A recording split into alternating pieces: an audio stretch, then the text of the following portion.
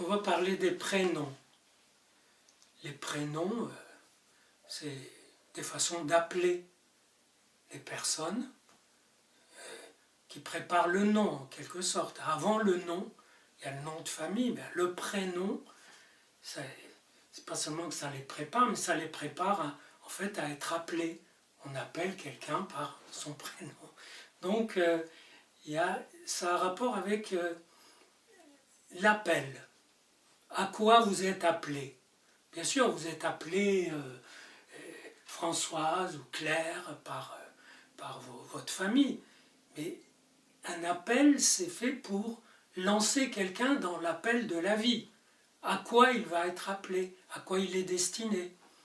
Et c'est assez profond comme thème parce que dans la Bible, par exemple, la Bible hébraïque, et même la suivante, les noms, les prénoms, sont presque toujours des jeux de mots.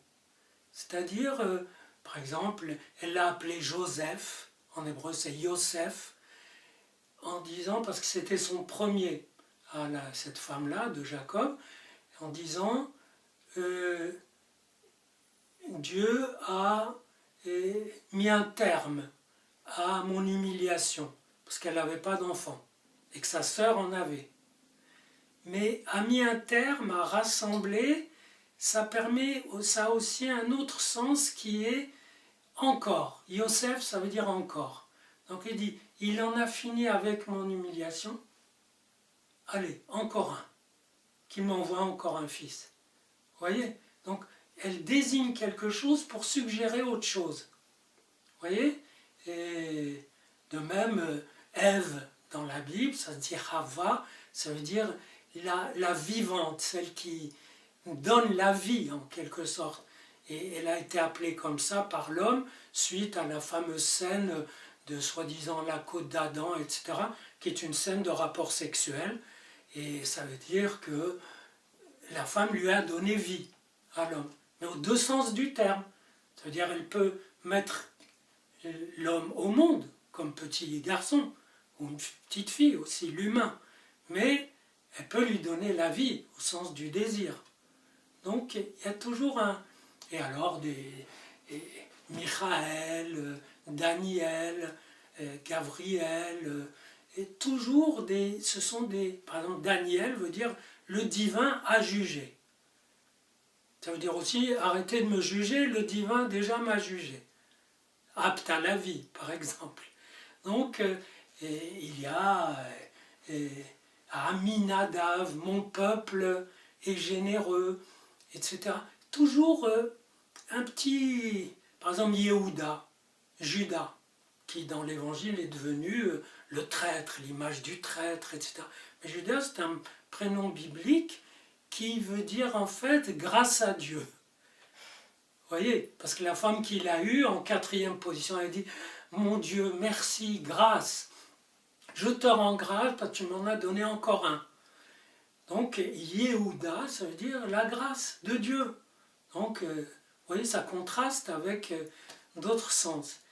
Et moi, je trouve très profonde l'idée que le nom, ça ne soit pas l'affichage, vous voyez, les noms modèles, les prénoms modernes, et Kevin ou médiévaux, Hildegarde, vous savez, pour se rattacher à quelque chose de supposé et glorieux, supposé top, supposé, voilà, de valeur, alors que c'est beaucoup plus fin de rattacher l'appel de cette personne à la possibilité d'avoir du jeu dans la vie. Ça veut dire, voilà, vas-y, ma fille, mon fils, vas-y, il y a le jeu de la vie, et toi je te souhaite d'avoir du jeu dans ce jeu-là, d'avoir une part au jeu de la vie. Qu'est-ce qu'on peut souhaiter de mieux? De ne jamais être hors jeu. Voilà. Et quand on dit jeu, ça veut dire je me positionne dans le jeu de la vie. Et je suis assez fort pour perdre et me relever, et assez fort pour gagner sans perdre la tête. Donc voilà. Donc l'appel, son nom et prénom, disons l'appel, une façon de faire une grâce à quelqu'un, finalement à l'un de ses enfants, c'est de l'appeler par un appel où on lui souhaite d'être bien nommé, d'être bien appelé par la vie et d'y avoir du jeu surtout. Et peut-être que le je, J-E, la fonction sujet, je parle en mon nom, des trucs comme ça veut dire que j'ai été capable de jouer toutes sortes de jeux et d'en sortir plus ou moins indemne, plus ou moins vainqueur, en tout cas vivant.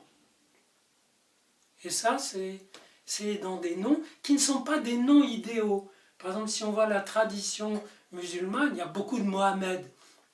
Parce que Mohamed, c'est l'homme idéal. Alors chacun veut s'appeler de l'homme idéal. Mais ça passe à côté de la question du jeu qu'on a. Ben, si on est comme l'homme idéal, c'est terminé. Il n'y a pas tout le reste est déjà écrit. Ou alors c'est des noms qui disent qu'on est serviteur de Dieu. Abdallah, serviteur de Dieu. Abdeltif, Abdelkrim, toujours, voyez. Et ça, c'est une ligne qu'on va appeler idéale. Et l'autre, c'est la ligne ludique.